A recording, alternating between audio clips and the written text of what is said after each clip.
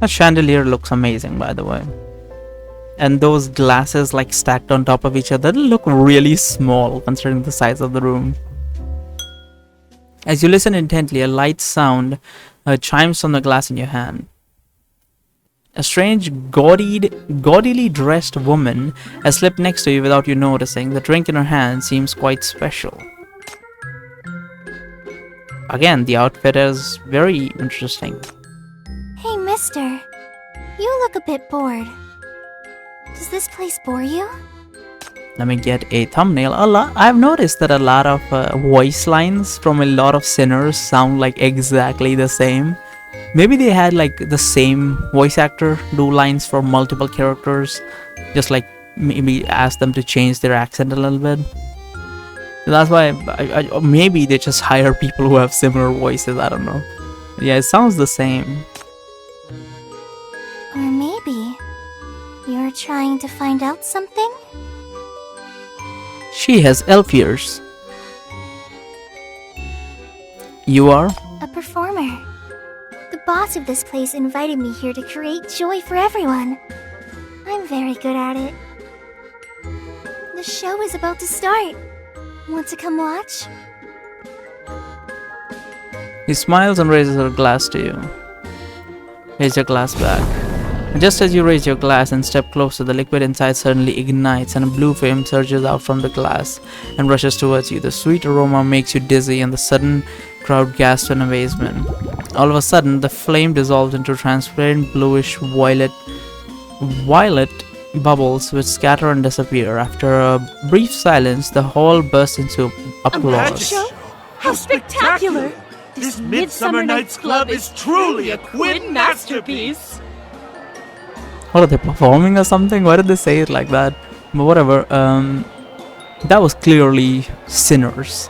Like magic is one thing, but that these people are actually insane. If they look at it, something like that, someone throwing fire that bursts into bubbles, like come on.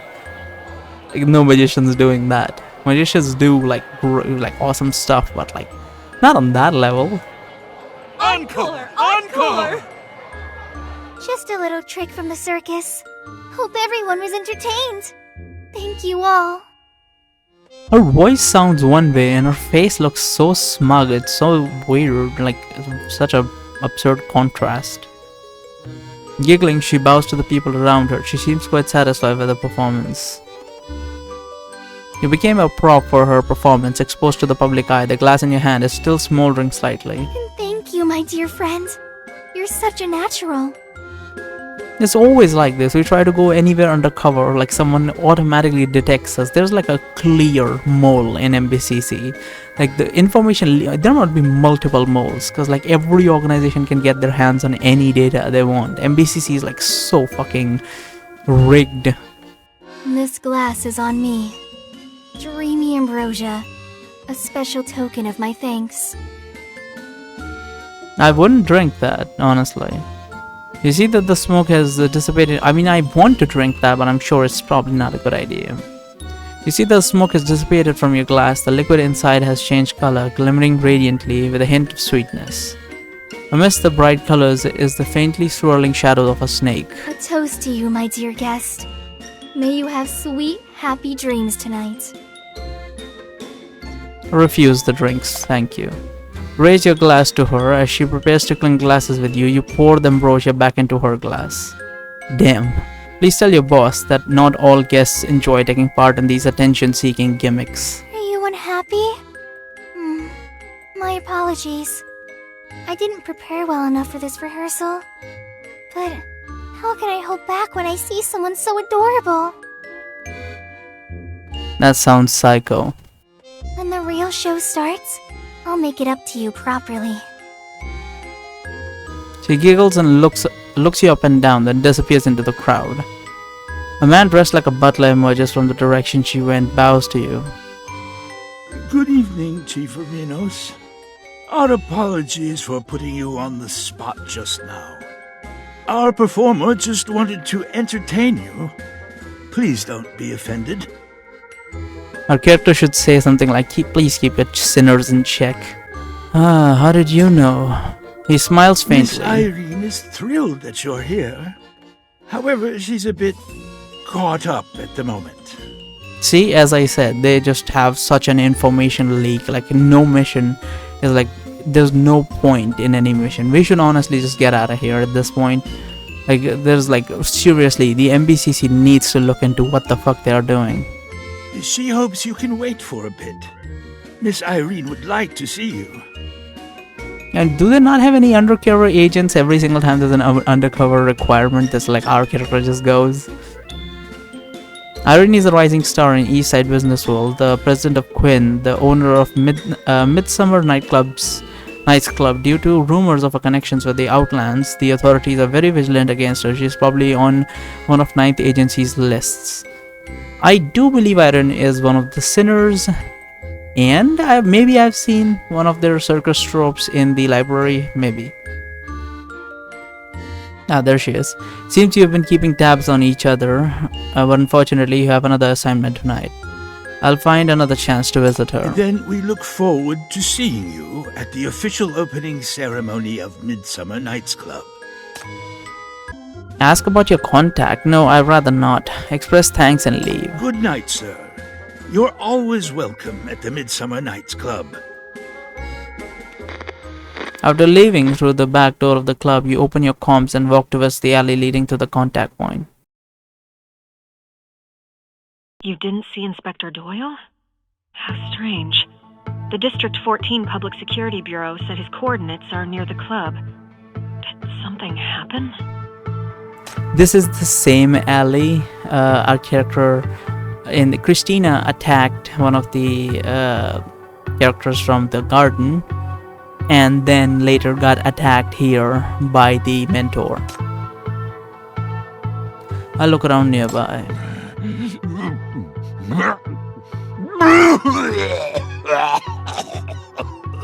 It just sounds like a drunk. The slurred sound of vomiting can be heard from a nearby garbage heap. Several people with their heads buried in garbage bags are vomiting and mumbling incessantly. You can't tell what smells worse, the garbage or the people. You hear a familiar voice among them. Sleepwalkers. Club. I have a bed sheet that has a very similar design to his shirt. Noms. My case. Sister. What is exactly he's saying? Norms? What does that norms mean? What norms? What is that?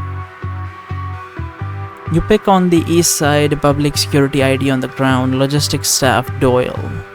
He looks kind of nice in his ID photo.